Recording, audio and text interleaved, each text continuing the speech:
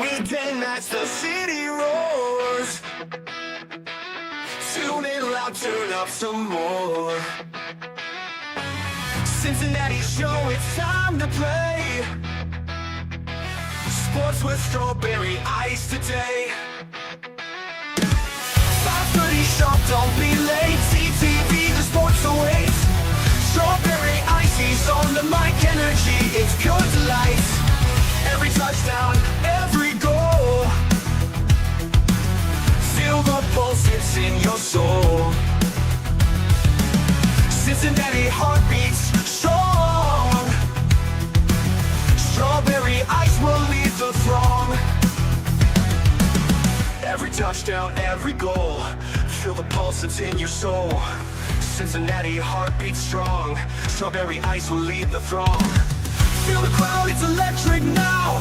Shouting loud, they all know how. The CTV got what we crave. Sports with ice, it's waves and waves. Tigers strike and Bengals roar. Every game we want some more. Tune it in and feel the thrill. Strawberry ice, he's giving chills. 5:30 sharp, don't be late. CTV, the sports awaits. Strawberry ice, he's on the mic, energy, it's pure delight.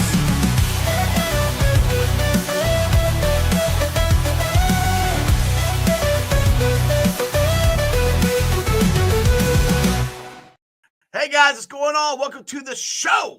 A little earlier, it's noon, but when you have a guest like John Sadak and he says he can do it at noon, you go live at noon. But as always, I'm coming to you live from the Ice Cave tonight. Tonight's going to be at MOT's, but the Ice Cave is brought to you and sponsored by Priority Lawn and Landscaping. If you guys need some grass cut, some flower beds done, shrubbery trim, shrubbery planted, I don't know, landscaping, like a retainer wall, anything like that, think Priority Lawn and Landscaping. Give them a call at 513-430-6114. That's 513-430-6114. You can also follow them on Facebook. And when you do, tell them I sent you. What is up to everybody in the chat? We've got strangers in there. Putt Kings is in there. Exactly. Go Red Legs 14 forever. So I got my P. Rose jersey on. I know it's NFL draft, but like I said, when John Sadak, who have been we've been going back and forth for a couple months now because he's a very busy man, says he can come on. I said, when can you do it? He said, noon Cincinnati time. Sounds good because I know he's in Colorado. I don't know what time they got in last night, but I don't know how much sleep he's got, but he is here, and I'm very happy to have him. Cincinnati Reds TV broadcaster, John Sadak. John, how you doing?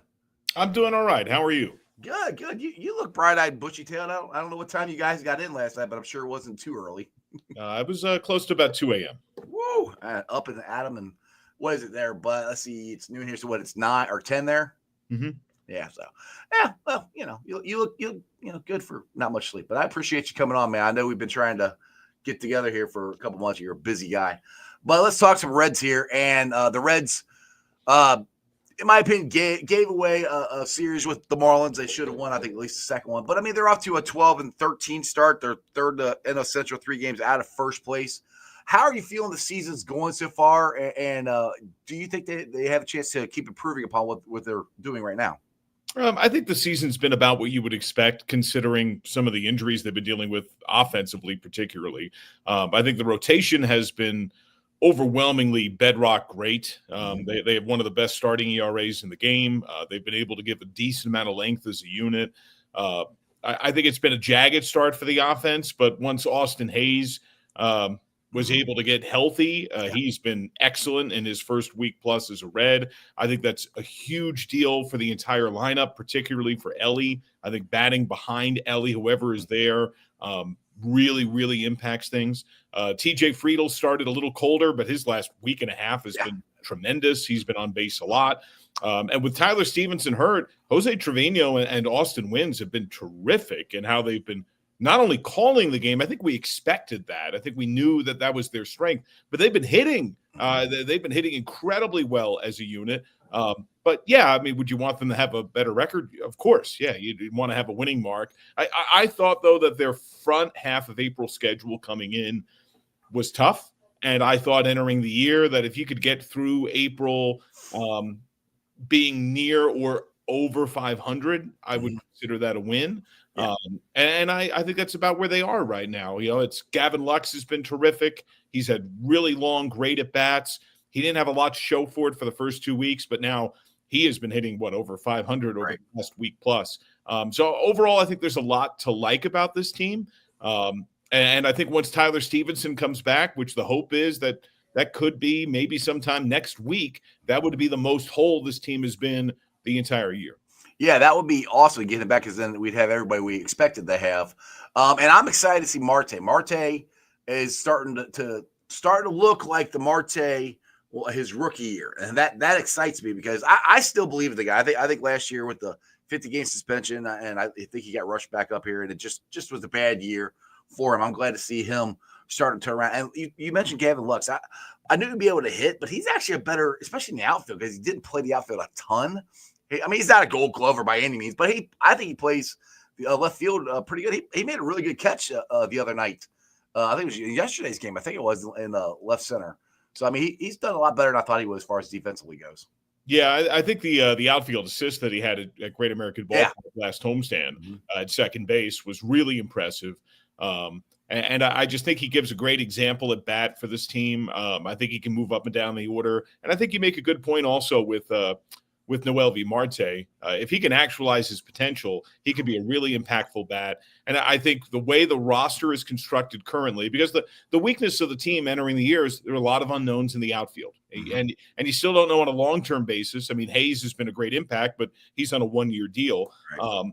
You don't know what that long-term look is. There's not a lot of immediate outfield help in the high minors at AAA. Hector Rodriguez is probably the closest guy as a corner outfielder who's been impressive, but he just got to AA, so he's probably a year and a half, maybe 2 years away, depending upon how he adapts to the levels. But I think their best team right now, most days, is probably Hayes and Lux in the corners in the outfield and Friedel at center. And Lux's ability to play corner outfield is a big deal. I also think this has been a big road trip for Jake Fraley. Yes. Fraley was off to a rough start, but he hit the ball hard for several days in a row, and now the hits and the walks are starting to come as well, because he gives another big boost to this team if he's healthy and productive, particularly in right field. He covers good ground. He has a strong arm. He's a base stealer.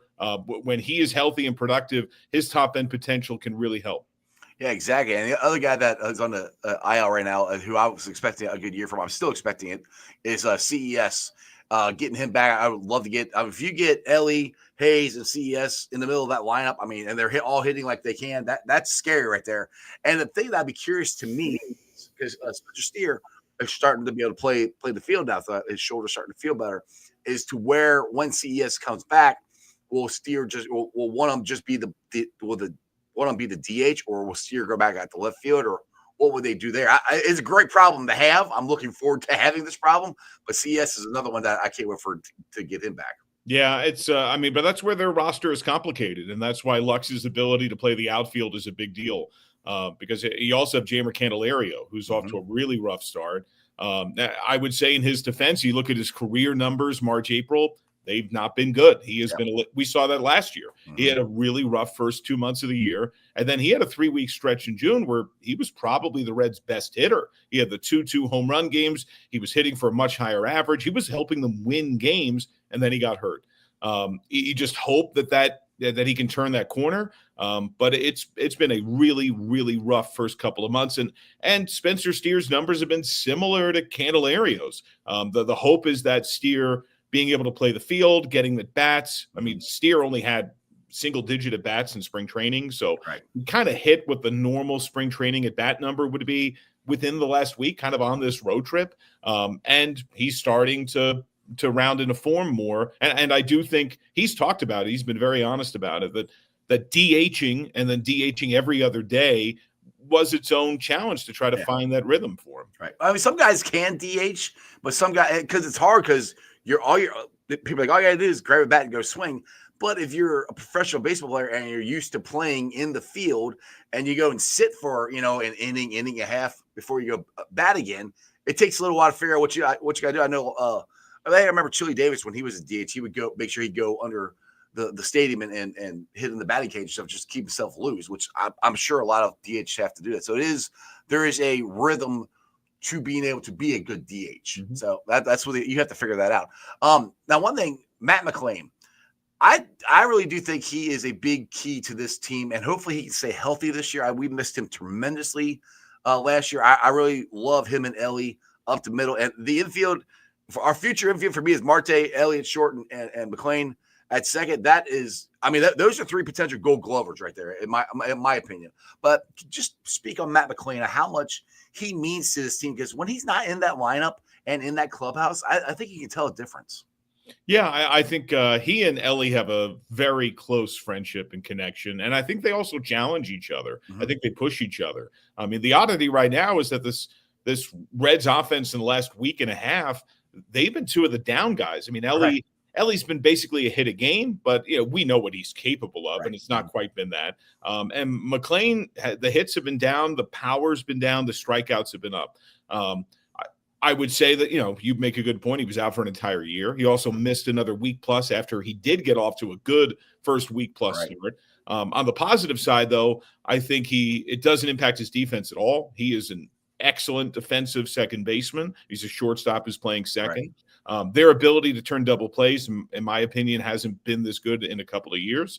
And I think he continues to give that athletic punch that he's not a base stealer, but when he gets on, he's really fast and he does have good feel for how to read balls in play.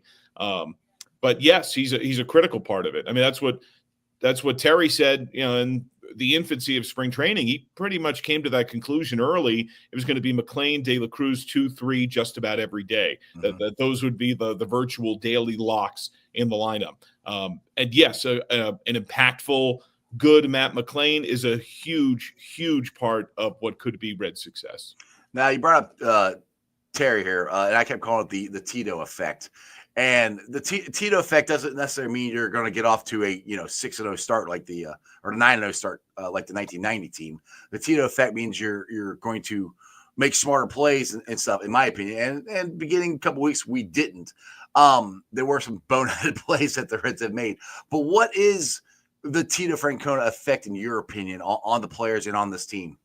I think he knows how to win. I think he emphasizes winning every day. And we've seen that in his bullpen usage and how he's used his bench, that, he is playing each day to win that game. At the same time, he's not going to, significantly, hurt a player or the team's long-term chances. And he's always going to be weighing how winnable is that game in that moment. But he wants to win. And he underscores that regularly with this group. I also think he gives a little bit of leash to players and lets them hit and feel their way out of bad ruts from time to time. I mean, we've seen that with Steer. We're seeing that right now. McLain has had a rough week and a half or so, and he sees the long view. He's been around this game a long time. He's a future Hall of Famer, and he knows that giving belief to the players, which is sincere, is a huge deal. That confidence is everything. I mean, within the confine of this year, this team had 3 straight 1-0 games and had the second greatest offensive day in the history of the franchise. So, I mean, I think that's kind of an example of just how extreme things can go. It's part of the game. That's cliche, but it's true. But I also think this is still a younger team trying to forge their own identities. These are guys figuring out who they are as big league players still to some extent. And part of that is that outside of Elly, a lot of the other regulars, both pitchers and position players on this team, have not played full major league seasons. They've had somewhat significant injury derail a big chunk of their year. But I think that's the biggest things that he brings to this team. I do think there is direct accountability. You will not hear him go through the media and criticize a player. He's not going to rip a guy publicly and embarrass him. But know that when things go wrong, they're addressed directly. And it doesn't have to be in a, tearing somebody down way. But it is discussed and pointed out, and the right things are emphasized. And I don't think you can just say that once or twice and it happens, because a lot of the actions that occur on the field are reactions. A lot of it's instinctive. I think that does take some time to build up. And I think he is the perfect fit for this team. I mean, he's the first name I thought of when the Reds decided to move on from David Bell. Mm-hmm. And when I heard that the dominoes were lining up that this could actually happen, I was over the moon excited. I'm with you. He's the first one I said, and I said, there's no way the Reds are getting him. I said, there's no way that's going to happen. I said, I would love that.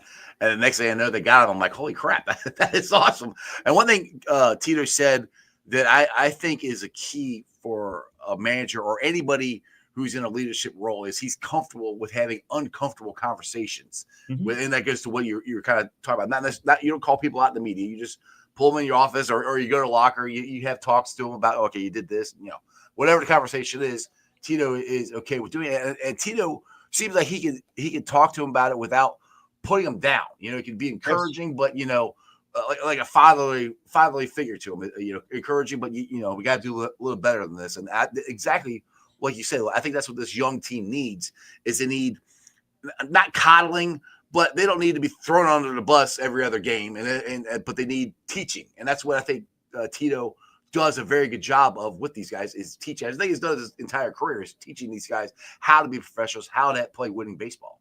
Yeah, and I also think when you look at some of his best teams in both Cleveland and in Boston, and this is something I haven't asked him yet, and now that you're talking about it, it's something I think I may bring up with him in the near future.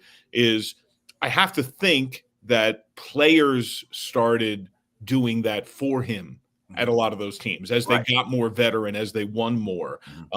And, I wonder what his long-term vision is for, I think it just kind of happens on its own. Mm-hmm. But I would imagine that's what you're kind of building the root foundation of now.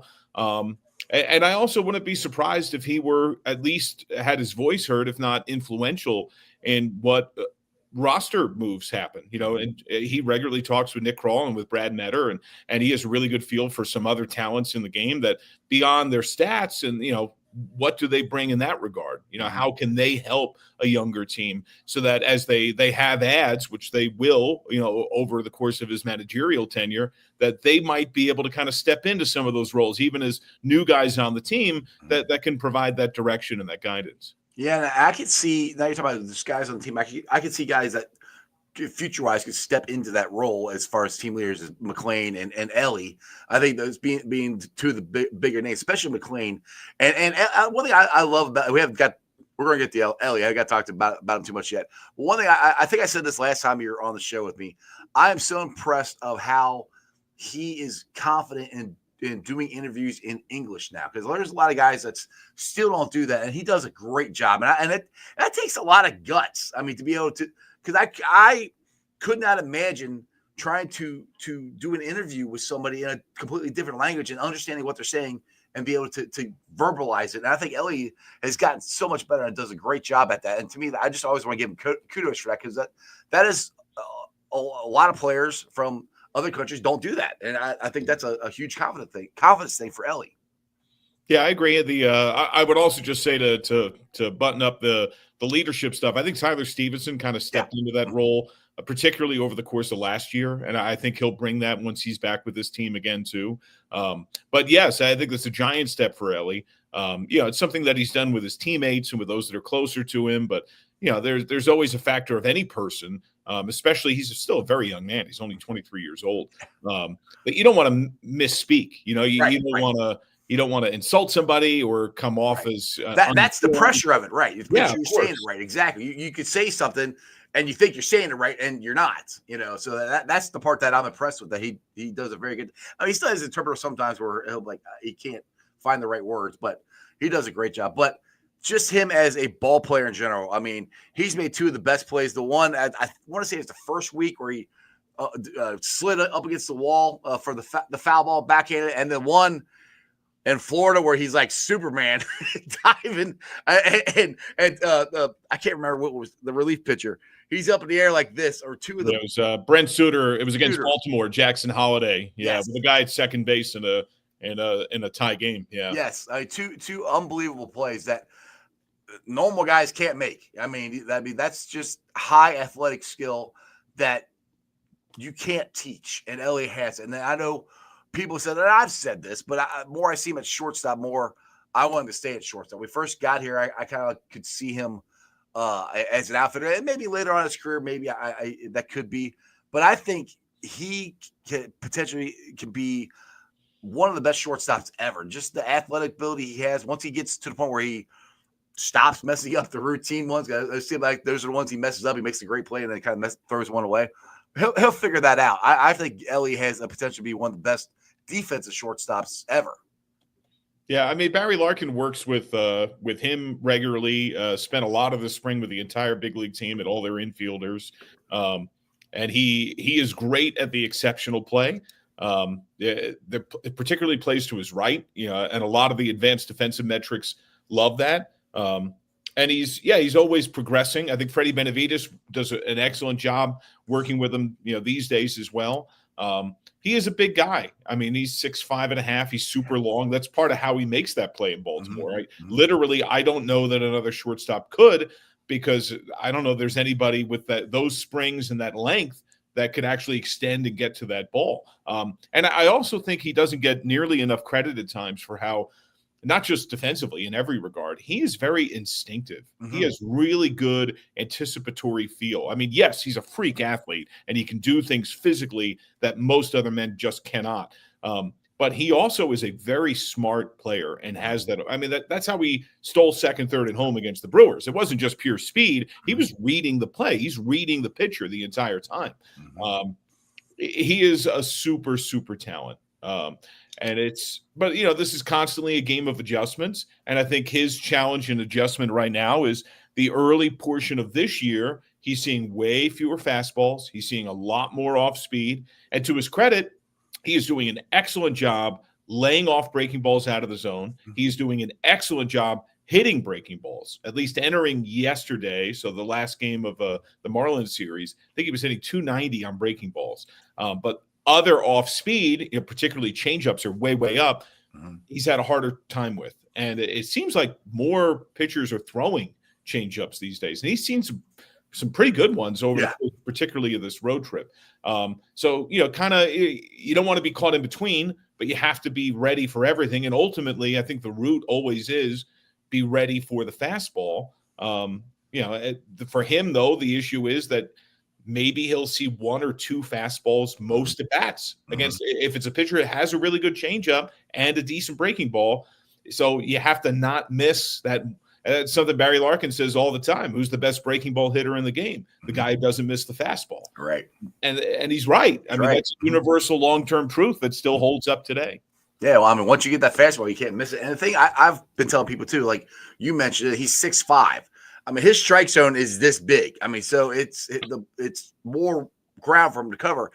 With him being 6'5", he's got to be one of the tallest shortstops ever. I mean, most times when I grew up, if you're 6'5", I'm 6'3", you're a corner infielder or you're an outfielder. We're not putting you at shortstop. You're too tall. You're not going to be athletic enough or whatever to do it. And he is. But yeah, I always talk about but people don't understand how big his strike zone is. That makes it more difficult for him to be able to adjust these things. But he is making the adjustment. One player I do want to talk about is who I think should get more run for Cy Young talk is Hunter Green. I mean, he is off to a phenomenal start. I think people are starting to come around to it, but people like national media really need to pay attention to what this kid is doing because he's putting it all together this year. I think he's been the best pitcher in the National League. Yeah, his last start was his most wanting, and he went 3. Before then, he was authoritatively dominant, and really this goes back to around the last third or so of last season. And he got hurt during some of that stretch. Right. I think if he did not get hurt, he probably finishes top 3 or 4 in the Cy Young vote. Chris Sale was going to win it. He won the pitching Triple Crown. He had a great year. But Hunter deserved to be in that conversation and still got votes. So this isn't a fluke. This isn't like a little mini run. He has really found something. And I think the biggest difference this year, and it's something the Cowboy Jeff Brantley saw early in spring training when he saw how he was delivering his slider. So earlier in his career, you could see sometimes based upon how he delivered the ball, the breaking ball versus the fastball versus the split that he now throws, the change. arm slot could be a little different. The grip, finger grip could be a little different. I don't think you see that nearly at all anymore. Like the en vogue term with it is tunneling. You know, you have that same arm slot, you have that same release point. Your fingers look to be in pretty much the same spot, and it's really hard for hitters to pick up what is coming. And they're so different. And that slider has such a tighter, consistent action. I mean, he went the league was over its first 40 something against the slider. Yeah. And I also think his fastball command has gotten much better, and along with how he sets hitters up. You know, it's not just a fire, full strength, I'm going to try to blow it by you. Right. There is a sense of like graduating build, and he made the choice last year that he wanted to go deeper in games, and he did a much better job of that. Went 6 to 7 far more frequently. That was part of what he wanted to do this year, was go even deeper. And he came 1 out away from a CG in San Francisco. Now, I do think, in his defense, the reason that I believe he was a little more off in Baltimore is that there's probably some domino fatigue. When you throw that, not only throw that much, but the mental and emotional investment that goes into being that close to achieving a huge goal that few pitchers today get to. And he's still on the front side of, what I think will be a long and great career, that wears on you a little bit. And that's normal, and that's human, and that's going to be progressively part of continuing to take next steps. Yeah, one thing the Cowboy said, I can't remember if it was on TV or on radio. He said one thing, he goes, fatigue, especially for Hunter, doesn't necessarily mean speed. It's more location. And that was because he's still, in the 8th inning was still hitting 90. It's above 90, I should say, probably 98. But it's the location more of it is where, which because every time you think of fatigue, you think, his arm's getting tired, the speed's going to drop off. And Cowboys like, no, it's location, it's feel. And like you said, when they get to tunneling, where you can bring the ball out of the same slot, look exactly the same every single time, but the ball does something different, it's extremely hard to figure out what the heck that ball is going to do. And that is a huge key for what Hunter is doing. Now, one thing I do want to ask you is, how many times do people yell at you that ball had a family? Decent amount. It depends. Yeah, I would say like at Reds Fest is probably where I hear it the most. And but occasionally, if I'm on the concourse, I'll be at a road game somewhere, and there's a friend in the stands, and I'm going to see them before the game. I'll run into some Reds fans, and that comes up a decent amount. But I would say mostly with a lot with younger kids. Really, because I think especially kids probably like 12 and under. Their vibe connection with Elly is like, that's kind of why they're there. Like Elly is drawing a lot of the younger kids to the Reds today. And I see it sometimes like we'll be at Dodger Stadium, we'll be at Yankee, and the parents are in Dodger or Yankee gear. Like they live there. And their kid is there in an Elly jersey. Right. That's awesome. Knows it. And I hear it from them a lot. That's a lot of them, the parents will say that when the kids are playing their backyard game or playing, MLB The Show, the video game, that they'll give commentary along the way. And that's what they'll. That ball had a family. It lives in infamy. That's awesome. So what do you get quoted more? That, or do people, I hear the Spaceball. I'm a huge Spaceballs fan. So I love when you drop those. What is the most thing people say? Is it that ball had a family, or Spaceballs, or what other pop culture stuff that you pop in there? What do people? I would say that ball had a family, and probably even more than that, I hear about the cycle. Yes, I hear probably about that the most of anything, of any call. And in terms of the pop culture stuff, it's all over the place. Like, it really depends day to day. A lot of times people will just kind of like in a under the radar way make their own reference, and then just see if I catch it and then smile. That's. Well, what I always say to my son about Ian Jabot, I said there's two sides to every Schwartz, there's two sides to every Jabot. Sometimes you get the upseat, sometimes you get the downseat. So that's what I always say to him. But he's actually, other than opening day, he's pitched great. Which I would say I'm an Ian Jabot fan, but I'm not against the guy. I think he could be a good pitcher for us. It's just a silly thing for me to say that I like Spaceballs, so I say that. Now, with your pop culture reference, do you bring that stuff in with when you do the college basketball stuff? I know I tried to get you back on in March, but you were doing college basketball. Then do you still do the same kind of I don't want to say shtick, but is it the same kind of broadcast, same culture that you do with the Reds? With Yeah, sometimes basketball? it really depends upon the game and who my partner is, and I think the game dictates. The game kind of dominates everything for all of us all the time. And if it's a very close game that has a lot of its own built-in inherent drama, then to me, like I more rarely do that because I think the game kind of carries itself, and I don't want to inject myself or make myself bigger than, or the game. But I think in baseball more so because it's every single day. And you're going to have a game on a Monday where it's there's not a lot happening. Mm-hmm. And so you try to have some fun. Yeah, that's where Cowboy talks about his eating shirt, or right, exactly. Yeah, I try to, my hope is that it can be relatable in a way that similar to if I'm with my friends watching a game, that's how I act. That's what I would say or do. You're your natural self. That's what people like. And I know some people I guess they first started like, oh, I don't know if I like John. I'm like, dude, I love John. I liked you from the moment I heard you. I'm like, I love the excitement. I like the not necessarily however, but damn it, if you're broadcasting my team for my broadcast, you should be rooting for our team. So I mean, and you don't do it too over the top or anything. So I appreciate that. I think you guys do a great job. Speaking of the Cowboy here, I'll get you out of here on this one. You got any good Cowboy songs? Cowboy stories, because I got to interview him.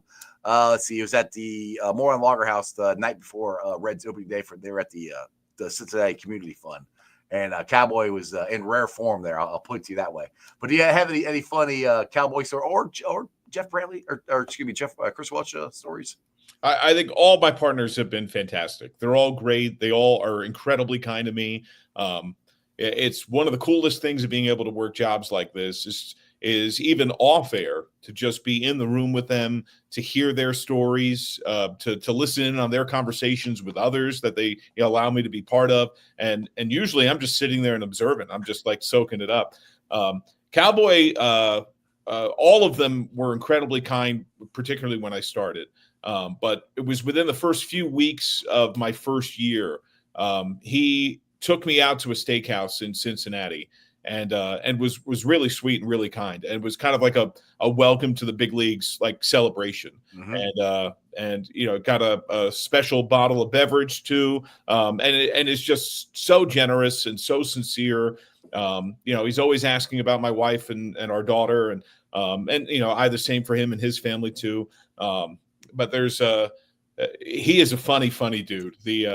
I think and he tells it best. I would butcher it, but his story of when he bought a belt in Chicago is probably my favorite single Cowboy story. He hasn't told that in a while, so I think it works best when we're in Chicago. So I may wait until that series, but yeah, I think that'll come up. And so it was referenced on the plane on the way in here to Denver.